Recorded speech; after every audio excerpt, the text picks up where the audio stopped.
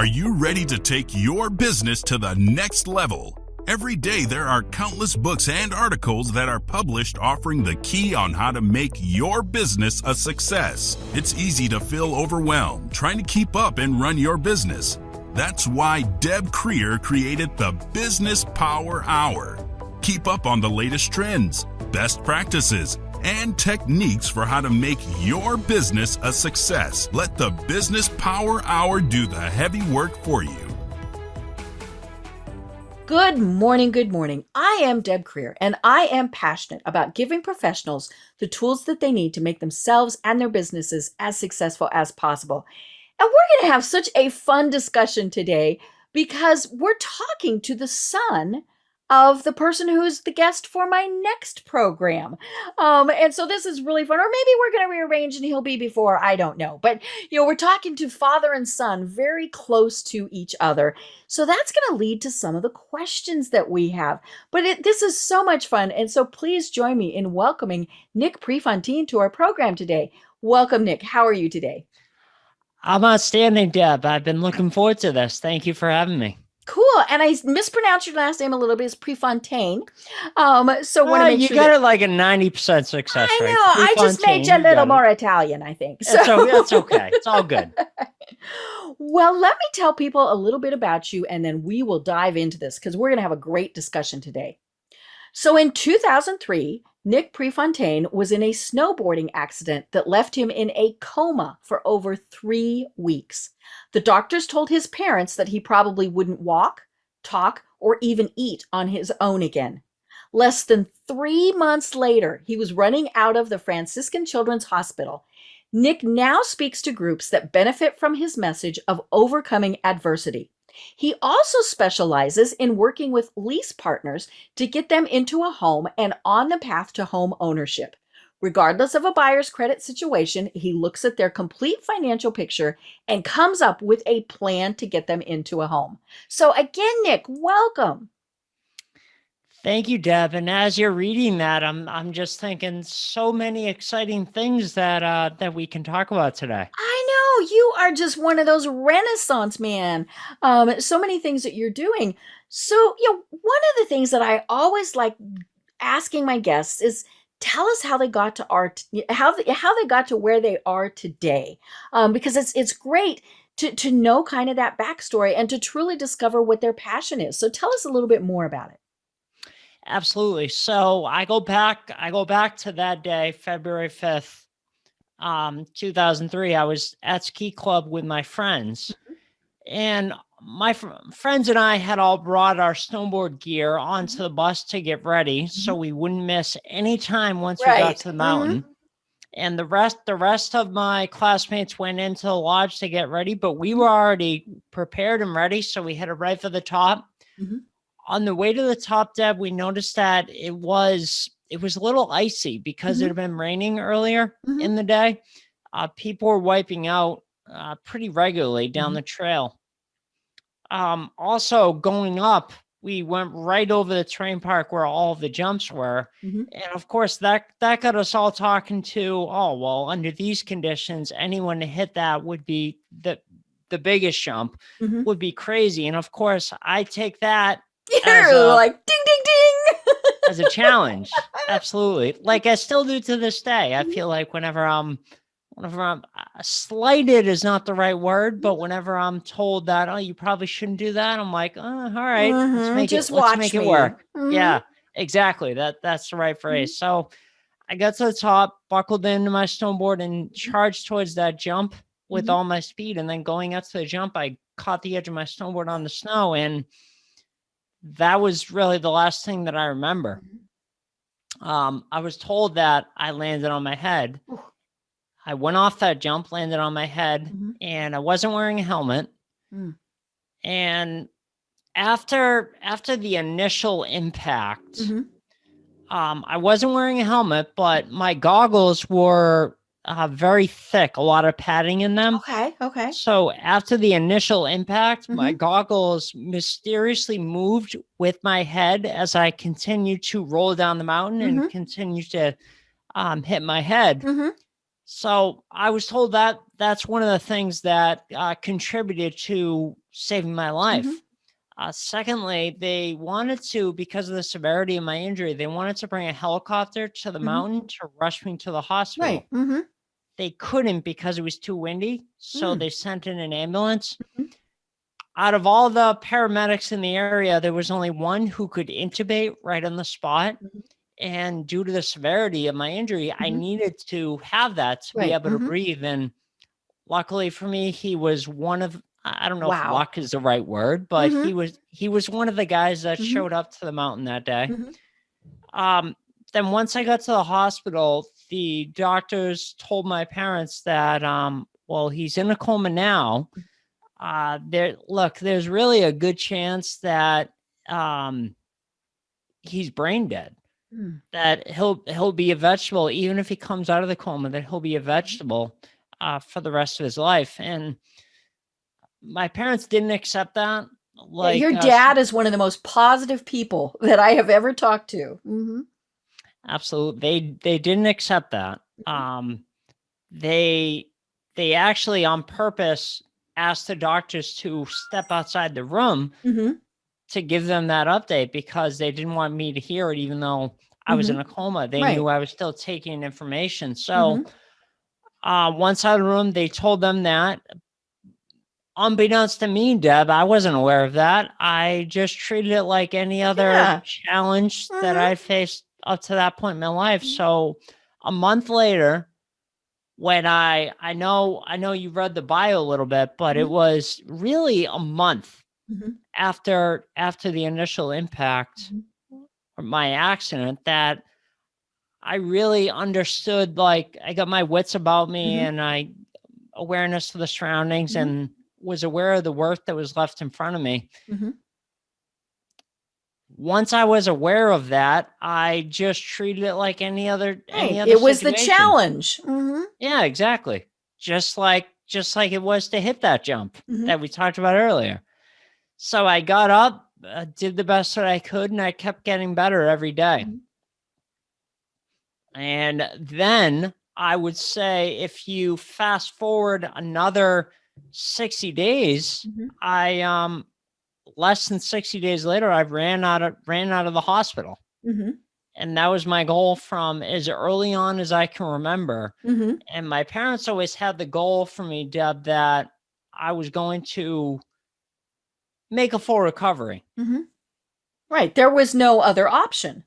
Yeah, that was their goal for me. However, once I was aware of the work in front of me and everything, and I had some awareness of that internal voice, it was always my goal to run out of the hospital. So that became our common goal for me to run out of the hospital. Right. So it was long days. I'll pause there for a deep breath if you have any questions about that. It is so interesting. I've shared with you a little bit, and I've shared with listeners through the years that, I went through breast cancer, and if something could go wrong, it did. And so I spent a lot of time in the hospital. And, one of the things that you mentioned is that, the doctor said, you couldn't hear things, you wouldn't comprehend it. And I believe you do, because one of the things when I was taken to the hospital, the two doctors were fighting over how fast I was going to die. As in like 2 hours or 3 hours, that type of thing. And I remember thinking, excuse me, I can hear you. And my husband told me, he said, well, the conversation was a little bit different than that. But he said, yeah, but he told him, he said, out. And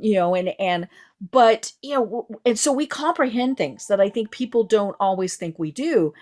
But, the fact that you took all of it and went, okay, I can do better than this. And I think that's the biggest challenge, especially for somebody when they are faced with adversity. And we're going to talk about a company that you founded to talk to people about this. But, there's two ways to go. You can give in or you can get up. And, and I think that's really what it comes down to. And it doesn't matter if it's something physical, you lost your job, you got a divorce. I mean, all of these various things, there's really just two choices. Absolutely. So it could be a life challenge. Trauma's only one of the things, right. but life challenge, setback, crisis. It really can be a number of things, but unbeknownst to me, I didn't realize that I was utilizing a particular system. And that's what we've done at Common Goal, is be able to delve into that and kind of deconstruct my internal process that I use to overcome that. Because it's so important just to continue to take one step at a time. Once you take your first step, the next step will always become available to you. You just have to trust it, and you have to trust that voice inside of you. We all have it. Right. So tell us a little bit more about Common Goal. Absolutely. So Common Goal, we relate to and lead motivated people to their common goal. There are so many people, as you just so eloquently, shared, Deb, that are going through a life challenge, crisis, or trauma. So we help them to see their way through that, to make it through to the other side, because often, yourself, going through adversity and trauma, that when you're in it, it's very hard to see through it. Right. Never mind achieving goals in the future. It's just hard to continue to take one step at a time and see your way through the challenge. We're allowing people with our tools and strategies to see their way through that. And then also, once they get to the other side of it, that's where their infinite possibilities lie. Right. Right. And we discover a lot about ourselves when we go through that. And the funny thing is, we also discover a lot about other people. You were fairly young when this happened, and I was not. And one of the things that surprised me was the people who I thought would be there to support me weren't. And people who I didn't even knew I existed have been great support systems. And I discovered the people who I had thought would help, it wasn't anything negative or anything like that. It was just, they just couldn't do it. I had one person who told me, she said, I didn't know what to say.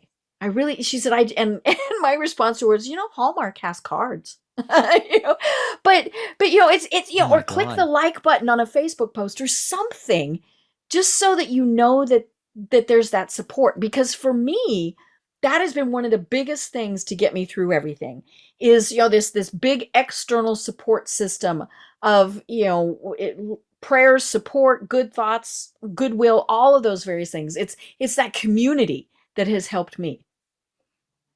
Oh my gosh, Deb, I can't, we didn't even prep each other on this. I know, it's like believe, we've known each other forever, right? I can't believe, or yes, and I can't believe the what's coming out of your mouth, because the support is so important. And remember how I talked about that we created a system. It's a STEP system to help people who are going through an adversity trauma. Right. STEP is an acronym. So the first letter, S, is support. Right. You have to make sure that you have your support of your family and friends right at the start. And this will have you really not wasting your precious energy when you're going through that, to worry about, I wonder if this person's going to help me. I wonder if that person's going to help me. You're able to focus on accomplishing your objective.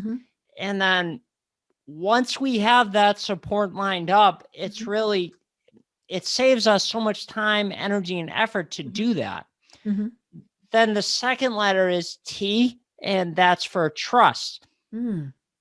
Trust that once you make that first step, that the next step will always become available to you. This also comes back to, and I'm not sure if we touched on it yet, but this also comes back to trusting ourselves. Right. So the way that I like to illustrate this is during my recovery, and I think I already shared it with you that my parents had that goal for me to make a full recovery. Right. It was just not an option. Yeah, exactly. However, I listened to that inner voice inside of me, and that was, no, you're going to run out of the hospital. So then our common goal became, I'm going to run out of the hospital. Right. So we got to learn to trust ourselves. And then E is energy. Energy, if you don't take care of your energy, how can you take care of and affect others? Right. There are a number of things that go along with this, but taking care of your energy, having good internal body awareness, listening to that voice, because if you're not listening to that voice, you're going to be wasting a lot of energy. You're going to be spinning your wheels for sure. Now, P is persistence. So once you get up, keep going, keep taking that next step every day, no matter what. And the progress doesn't matter. It doesn't matter how big the step is or how much progress you make. It's that you're continuing to move forward and continuing to take that next step every day. Right.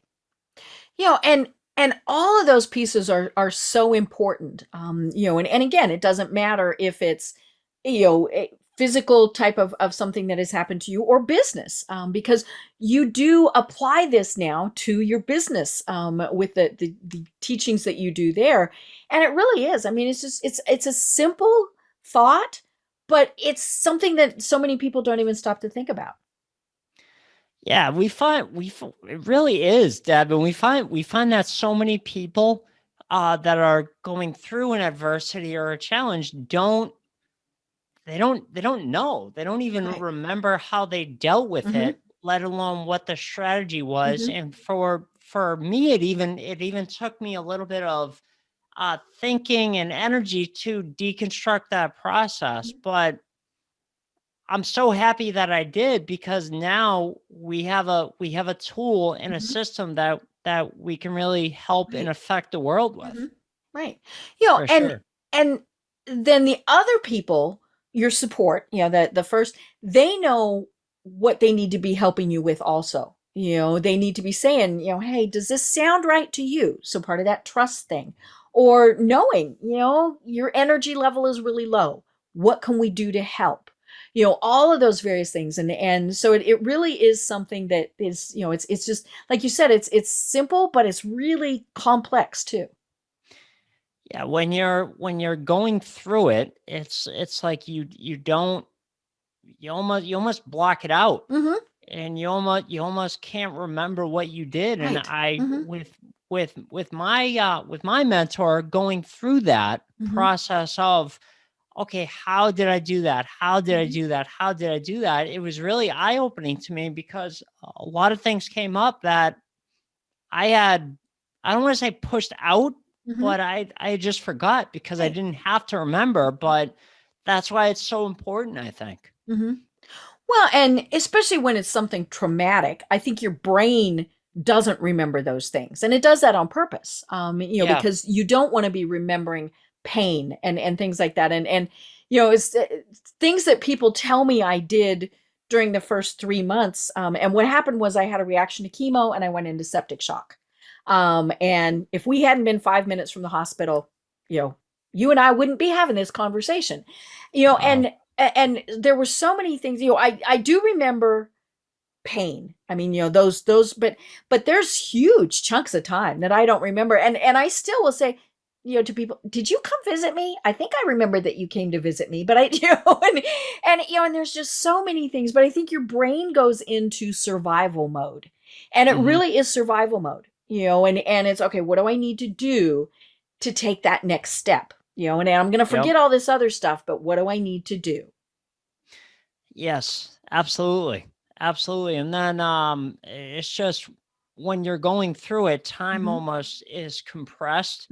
That's why thinking in terms of goals and long term, what do I want to do in 3 months, or what do I want to do in 6 months or a year? You can't even think like that. You're thinking, hour by hour. Yeah. Do I have to eat dinner?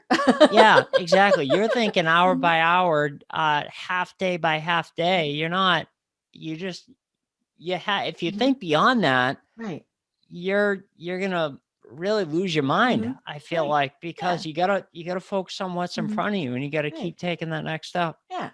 When you're in the middle of it. Yeah. It's that combination, because you knew you were going to run out of that hospital, but you had to focus on, what do I have to do next to make sure that that happens? And one of the things I found was that people, they weren't doing it in a way to hurt me. Maybe they were doing it in a way to maybe try to protect me, that, oh, you can't do that. Or are you sure? And in ways, like, I remember one of the times, because I had been so sick, I had to go to a rehab facility and learn how to walk again, and things like that. And I remember one of the times that I was having therapy, it was, they would throw the ball, you would catch the ball, throw it back, and so you just did this catch and throw type of thing. Well, years ago, I played volleyball, and so somewhere in my brain, something clicked in, and they threw the ball to me, and I didn't catch it. I set it back to them like it was a volleyball.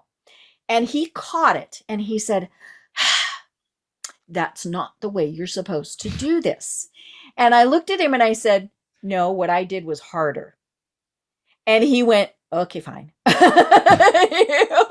But he had his process. Yeah. And and it was like, no, this is this, or things like, one of the things I really remember them saying was, you won't be home for Christmas. Or no, that was other way around. They said, you're not going to be home until January. I said, no, I'm going to be home for Christmas. And they said, probably not. I came home on December 23rd. And should I have? Ooh, yeah, maybe. But yeah, it was like, no, your goal is not my goal. Yeah. That's important, because people set outside expectations, and you have to make sure you listen to that voice inside of you. I couldn't, Deb, I couldn't help but share that. Just because you started talking about support, I'm like, oh my God, that's the first letter of the STEP system is support. And I actually have it in my notes to talk about STEP. So that was good. Yeah. Oh, good. You did your research. I did. And one of the things that you also talk about is being free from failure. So what does that mean? Free from failure. I think it's such an interesting thing, because we all have it. Now, whether we want to acknowledge it or not, and I think that's the difference.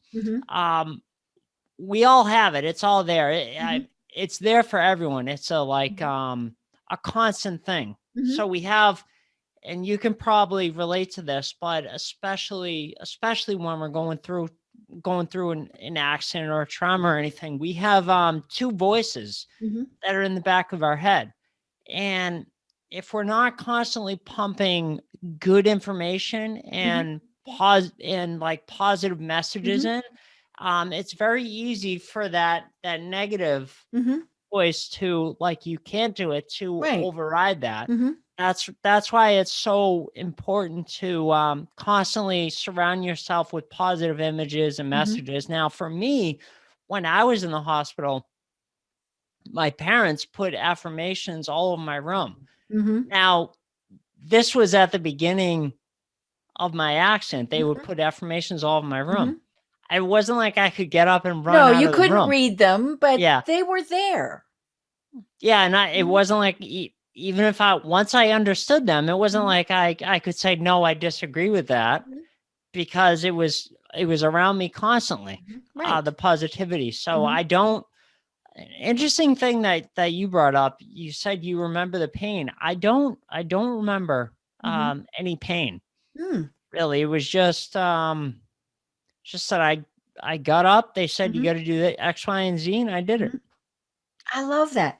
And we talk about this because this is also so important with business. Same thing, like the free from failure. We have those little voices, or maybe the real voices, that are saying, oh, you shouldn't do that. You can't do that. Why do you want to do that?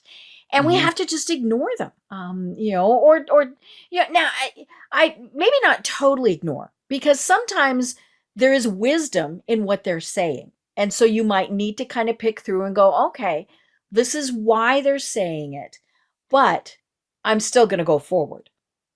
Absolutely. And it's a survival. Really, it's a survival mechanism that those two opposing voices in your head. It's the old good versus evil for religion or the Bible. It's really the negative. The negative voice is to protect you and to keep you safe. And it is trying to protect you from being hurt or whatever. There is, but when you've already been hurt, it's not really something that you have to focus on, right? Because it's not going to serve you. Right. And we talk about that a lot in my program. I've had a lot of guests talk about those little voices. And those little voices frequently started, well, they started when we were little kids. When we were first learning to walk. Oh, don't bump into that. Oh, don't go so fast.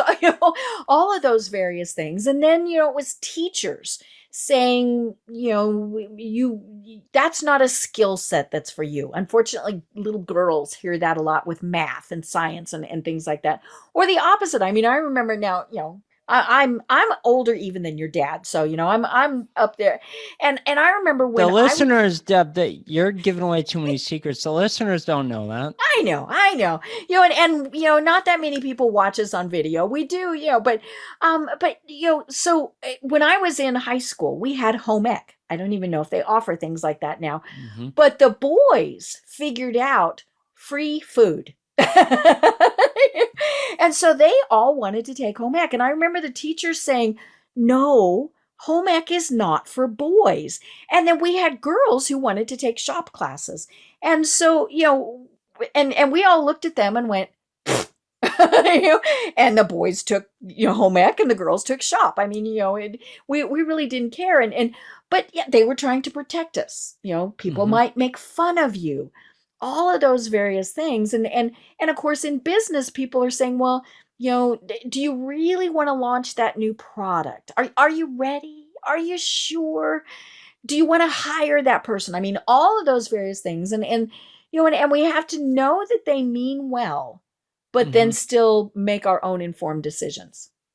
Absolutely. And then going back to the becoming free from the fear of failure is those two voices are in your head. But if you're always focused on, okay, what's my next step? What's my next step? What's my next step? There's no room. There's no time for that voice in your head. Right. If you're always focusing on just what's the next step? What's the next thing I have to do? Right. That's all you have to worry about. Yeah. And of course, failure is not necessarily a bad thing. We can learn from it. In fact, we should be learning from it. Now, maybe it's, oh, don't do that again. But it also could be, okay, that didn't work. What do I need to do to make it work? Yeah, the term, I mean, it's mixed, definitely mixed messages. It means something different to everyone, the term failure. But to me, my definition of failure is when you stop at something. And the reason why it's non-existent in my life, it doesn't exist, is because I never stop. Right. I continue to take that next step every day, and I encourage everyone to do that. Right. And again, doesn't matter what we're talking about. That's just the way that we should be going through life. Absolutely. It applies to everything. Right. And I briefly mentioned the fact that you use these principles in your business life with your dad, which is Smart Real Estate Coach, and you've got a great program. But take us back a little bit in time in that too, because you've been involved in real estate since you were just a little squirt. Yeah, absolutely. Let me pick up that story right where we were. Okay. Yep. Back to tell us about yourself. After my accident. So after after, only 2 years later, after I ran out of the hospital, I started to get a kind of a like in urging or craving them, and I was like, I want to do something.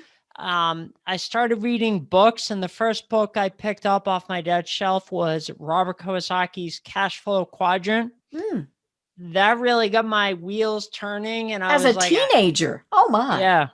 And then I went to my dad and I said, all right, well, I want to, at the time they had a real estate company, an investing company. And I went to my dad and I said, how can I help? How can I help? I want to start doing work and everything like this to move the company forward.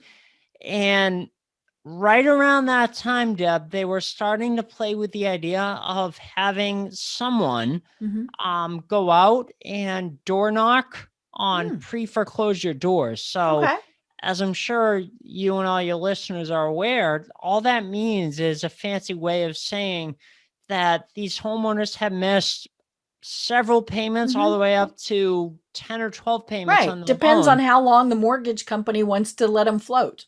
Yeah. Which is amazing to me, which is that's a side note that there's no system and it's but there were some houses that I visited that hadn't paid the mortgage in years, but that's another show, right? So I would get a list of, and I would be going to, no one ever coached me on this or told me, okay, don't go to these areas, go to these areas, but in my head, I was like, all right, I want to hit the most amount of doors in a day. How can I do that? And the way I could do that was go to the cities and the neighborhoods that had the highest density of these pre-foreclosure doors, these homeowners that had received notice of default letters from the bank. That's all it was. I would knock 50 doors in a day, some days upwards of 70. And I still had to go to school during the week. Yeah, you were in high school when you were doing this. I want to make sure everybody knows you were in high school. Unfortunately, I still had to go to school. So I would usually do this on weekends and holidays.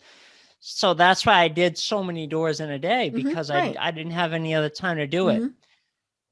That using that strategy, our company ended up buying several properties that we held on to for several years after that. Then if you fast forward to when I graduated, it's not even fast forwarding, because I was door knocking all throughout high school. So I graduated a few months later and then started to get my real estate license. And I got my real estate license in March of 2008. I know. Settle down, everyone. I know you're probably thinking, what 2008, a great time. That was not a really good time to be doing this. What a great time. What a great time to get your real estate license. But that's what I did. And there was no good market, bad market. It was just the market for me. I didn't understand all the people griping about the market, saying it's so hard right now. So I did that all the way through 2014. And in 2014, my dad said to me that he's like, hey, I need some help with marketing these properties that I'm getting under contract. Can you help? And I was like, no. I got my own thing going on. I'm doing well. Dad. I'm selling a few houses a month. I'm fine. And thankfully he asked me, Deb, more than once. He asked me a couple times. And I started helping with the marketing. That turned into working with the buyers that were inquiring off the marketing. And then over the course of the next year, I really transitioned from being a realtor to working full-time with him. And I let my real estate license go in January 2016. And then with him, I really developed a process that you have to bring these buyers through in order to have them qualify for a loan at the end. There's like a number of steps and qualifications that we put them through to go from becoming a renter to becoming a homeowner. So that's really one of the things that I do to this day. And it's a really exciting time because because of that. So it definitely, it works because we have buyers from 2, 3, 4 years ago, getting their own loans and cashing out properties that we did deals with them years ago. And that's really my day to day right now is a lot of my time is invested in that. And right now with the state of the market, we're starting to buy properties again. So we're starting to buy a lot of properties, which is exciting as well, because then we can start people on the process. Right. And it is, we're obviously going to talk with your dad about this in more detail, but it is something that is very different because it's not just, hey, I'm going to go to somebody and get a mortgage. Because, you mentioned the state of things today. It's getting more and more difficult, especially if you're a first-time home buyer, to even qualify. And the process that you guys have is a different way to go about it, which puts more people in homes, and which is a great idea. Yeah, thank you for that. It's really the type of buyers that we can help, and it's fulfilling because without our program and our process that we put these buyers through, chances are very little that they would be able to get their loan and move on with their lives and actually buy the house. The comment, because I follow up with everyone for review on thoughts on how we can do better, and make sure we get their review posted. The thing that keeps coming up over the last 2 years is, oh my God, you made it so easy for us. Like, thank you. More so than when we got them in the home, because they're thanking me after they closed and they see what the lender and the attorneys and everyone involved has to put them through in order to get their own loan. That's why they're very thankful for us of getting them in the home, because they're like, well, I can't believe you guys exist. And I think more people need to know about you. Yeah. It's like you're the middle step. I mean, we've been talking about going step by step. So many times we skip steps, or or those steps are really big. And you guys are kind of that middle ground for people. Absolutely. That's our business, like our buying and selling business. But then right along with that, in concert with that, we, for lack of a better term, partner with associates all over the country and help them do the exact same thing that we're doing. And we're experiencing all these cash outs right now, we call them, when buyers get their loan or we have to, for whatever reason, sell the home on the open market. We're experiencing all those cash outs years later from when we first did the deal. And that's exactly what we're doing with Smart Real Estate Coach, with our associates across the country, to help them be a freestanding investor and to be realizing these profits and cash flow coming in just like we are. Right. And one of the things, and I've talked with your dad now twice, is the fact that, if you want to be that real estate investor coach, we're not talking that you have to have hundreds of thousands of dollars to do it. And you guys have several books, but I'm going to be Vanna and do the one that, because you've contributed in this one, and it's called The New Rules of Real Estate Investing, where 24 leading experts reveal their real estate secrets. And you have several other books. But yeah, I mean, you guys, you give all this information away. That's one of the other things that I love is, you're like, the world is a big enough place for all of us to be able to play in it. Absolutely. And with you being Vanna and being so generous to show everyone and just read off that, what we're going to be doing is giving everyone a free copy of that. Now, when I say free, Deb, I'm sure you're aware, but not everyone else is. Free, nowadays, whenever you hear the term free, it's, oh, okay, once I opt in, I gotta pay. Right. For now what? handling. What's next? Yeah, exactly. We cover everything, and they can get their free copy by going to wickedsmartbooks.com/business power. and we'll get a free copy sent out to them.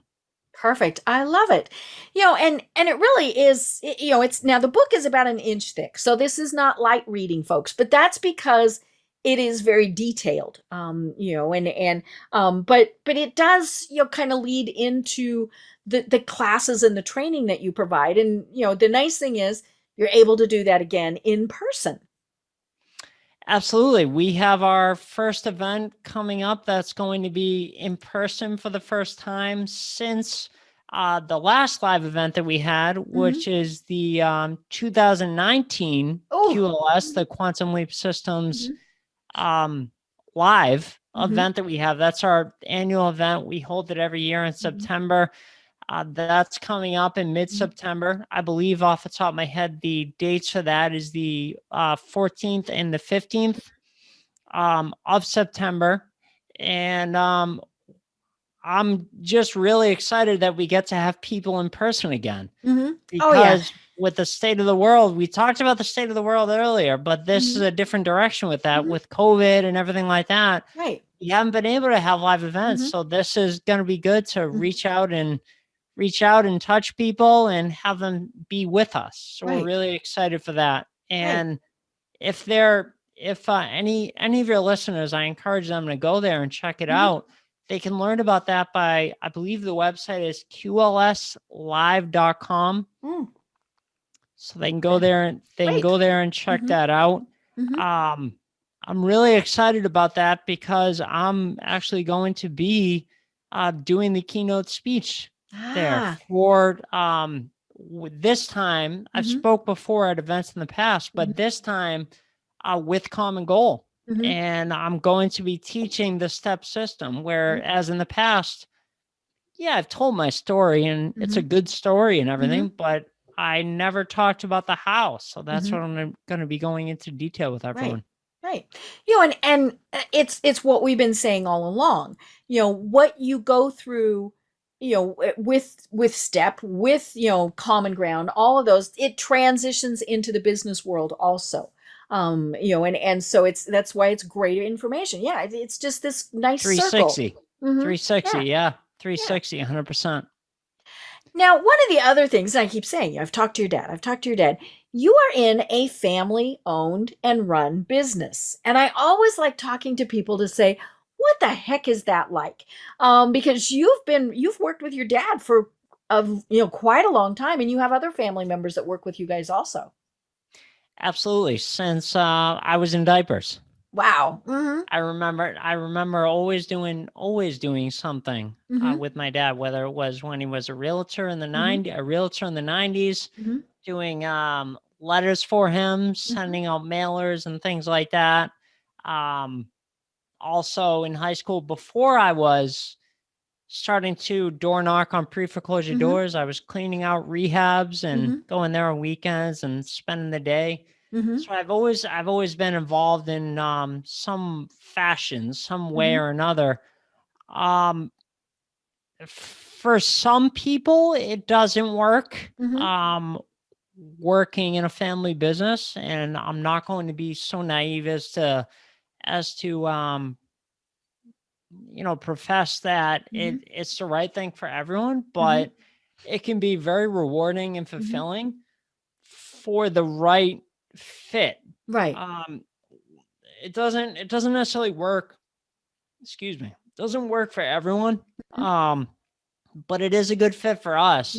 And really, we've been working very closely together. I would say since I let my license go, but this goes back further than that, because in the whole reason that this buy real estate creatively came about, like without signing personally for bank loans and without using your cash or credit, is back in 2008 when the market crashed.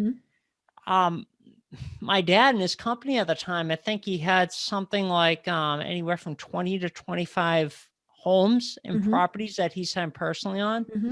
So because of that, I actually got to witness him from 2008 to, we shared a private office. Him and I, just a 2-room office. So I got to witness him dig out and basically get calls from all the investors and all the people saying, where's, basically, where's my money? Where's my money? Where's my money? Yeah. And I got to witness that. And Deb, it was really impressive to me, because the easy way out, and he had a lot of people telling him that, oh, it's not your fault. Yeah, just stop. Give it up. It's not your fault the market crashed. Don't, you didn't cause the meltdown. Just file bankruptcy. Just wash away and start new. He worked out a deal with each one of his investors to make them whole. And that's one of the things that has stuck with me, that you just have to communicate whenever something's going on. You just have to communicate. And I witnessed that. We were both doing different things, but I got to witness him. He would come in the morning and basically from 9 to, I would say 2, have to deal with debt collectors, lenders, investors, everything. I witnessed how much he had to go through to get to the other side of that. And that's the whole reason that we re-engineered the way that we buy and sell property, real estate, is because of that. Right. So I think talking about full circle, it does work, come full circle. And it, as part of that, it is that you take it one step at a time, because he could have just said, nope, I'm done. And instead he said, nope, what do we need to do next? What do we need to do next? And, and the really big thing that you mentioned was that communication, to say to people, okay, here's the situation. Here's what we want to do. Because that's what a lot of people want. They just want to know, how are you going to deal with this? And say you tell them, I'm going to make half payments or whatever, they just want to know something. It's communication, 100% communication. Right. Because when you shut down and you say nothing, and this can kind of go back to like, even when you're going through a trauma or a crisis, the support is that there are a number of people who, you said it yourself, can be even your close friends. They shut down. Right. Whatever you're going through, that because they don't know what you're going through, and they feel like they don't know what to say to you, because they institute their own beliefs and their own thoughts on your situation, and they freeze. They don't know what to say. Right. And it was funny. I was having this conversation with a doctor, and the fact that if you don't have the information, we make it up. And we make it up based on, as you said, what's going on in our own life. And so, especially, when the doctor says, how are you feeling? Fine. Right. And that the doctor should never, ever accept fine. Fine is the worst possible answer, but it's the one we all give. First of all, we probably wouldn't be there if we were fine. But fine is, we don't know what to say. We think you don't care. All of these other, because we've got those stories going on in our heads too. And so it's really is just showing that we absolutely have to be communicating. So it's, how are you feeling today? Well, I got this going on. And then you go from there, but you shouldn't just accept, how are you doing? I'm fine, as the right answer. Yeah, absolutely. Couldn't have said it. There's nothing that I can add to that. That was very well said. 100%. And it really is funny, because we give that answer, right? Especially when you're at the door. How are you doing? Fine. But I tell mine hunky dory, and I tell them, if I ever don't say hunky dory, there's a problem. But yeah, it's, in a business setting too. Well, how are things today? So, somebody will say, hey, Nick, how are things going? Just fine. I never respond like that. Yeah. You know me too well already. You're going to get either, or fantastic. Let me tell you about it. Outstanding. Outstanding. Amazing. Over the top. Right. Yeah. 100%. And people are asking because they do care. Now granted, there are a lot of the, how you doing today? That's not who we're talking about. We're talking about the people who are saying, Nick, tell me how you're doing today. And they want to hear fantastic, or, it's okay to also say, I've got this little problem and maybe you can help me with it. Because that's a good thing too, because that comes back to building those teams and those coalitions around you. Absolutely. And I'm just laughing because someone shared something with me. I think it was a week or two, or maybe a little longer than that, but it was fairly recently. I said, how are you today? How you doing? She goes, I don't know. I'm not sure. I got up too early this morning and I got going and I don't know. Just not feeling it. I said, I started cracking up and she started laughing as a result. I said, I've never heard anyone answer that question that way. Yeah. Like reflected. I don't know. Yeah, because normally we know good or bad. I'm still really tired. I'm cranky. I'm, or absolutely fantastic. But I don't know. But yeah, it's for all of this, it really is. As you said, communication is the absolute key. As you're going through the step process, you have to be communicating to people and communicating with yourself. I mean, I think that really is. You mentioned, the trust part. What are you feeling? What are you going through? And internal communication is just as important, if not more important than anything else. Absolutely. Absolutely. And I think if it's okay with you, Deb, one of the things that I haven't got to yet, during our chat today is a way for your listeners. I know we talked about a bunch of different things, but if their interest is piqued at all from what we mentioned, what we talked about real estate, they can head on over to our website, smartrealestatecoach.com /master's class.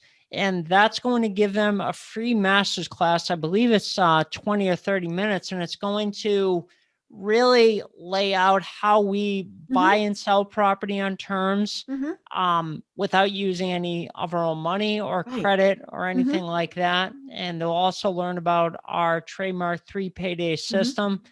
I think that's the best place for them to start if I at all pique their interest on the real estate end of things. Right. Over here. Yeah. And it is, as you said it, I typed it in and yeah, it's there. It's 30 minutes, great information.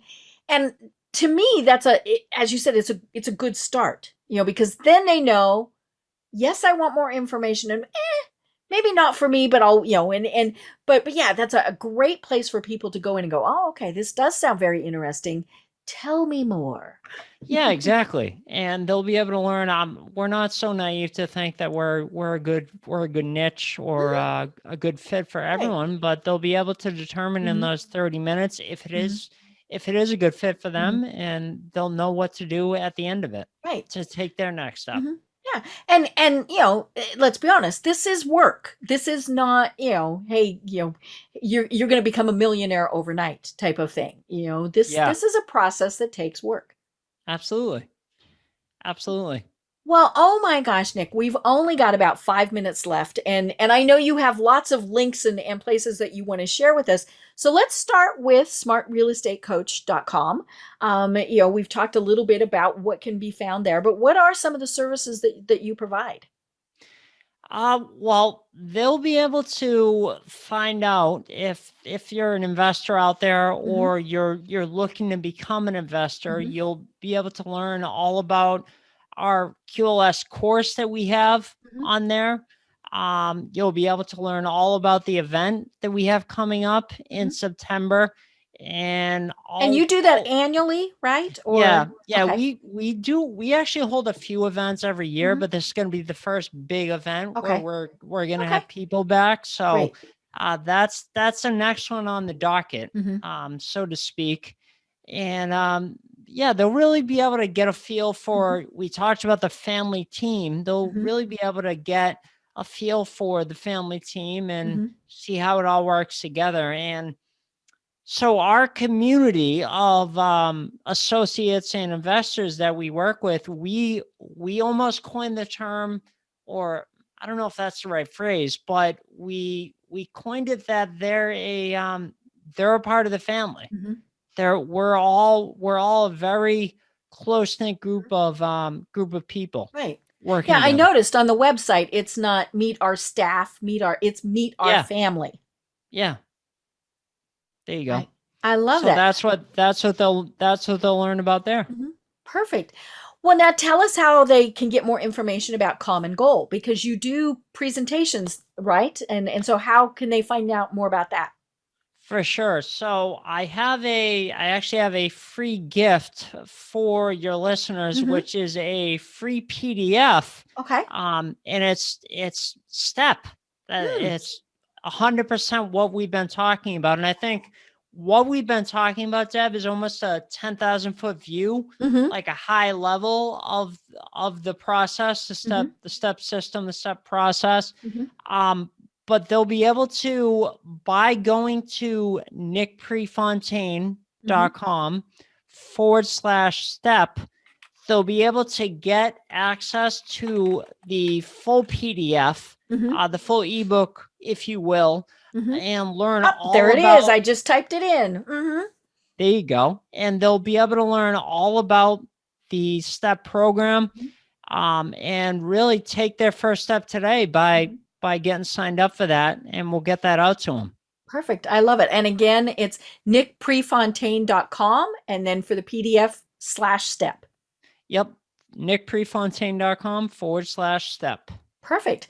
Well, now, how is the best way for someone to connect with you? Gosh, I would say, I know you're everywhere.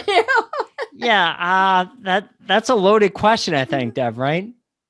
All over the place. They can, like I said, I think we gave it out to them. The smartrealestatecoach.com/masters class, and they can learn more about that.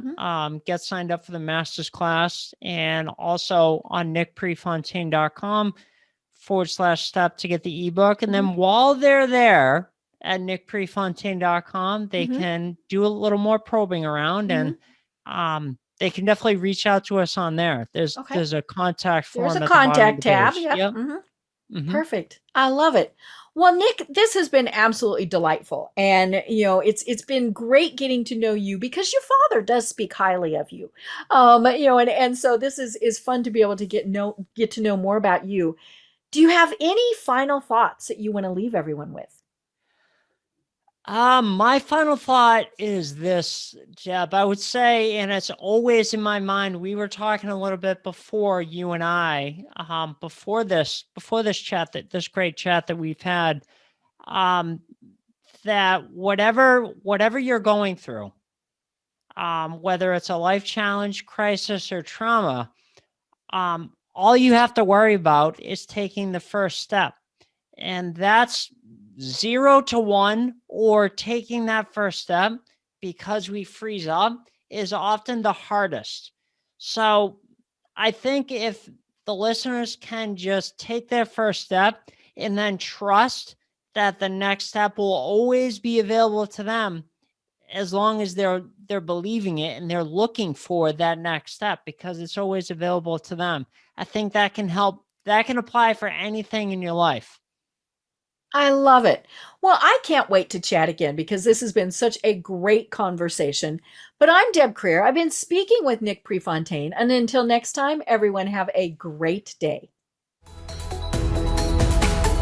Tune in for our next program for even more trends, best practices, and techniques for how to make your business a success. The Business Power Hour, hosted by Deb Creer, is proud to be part of the C-Suite Network.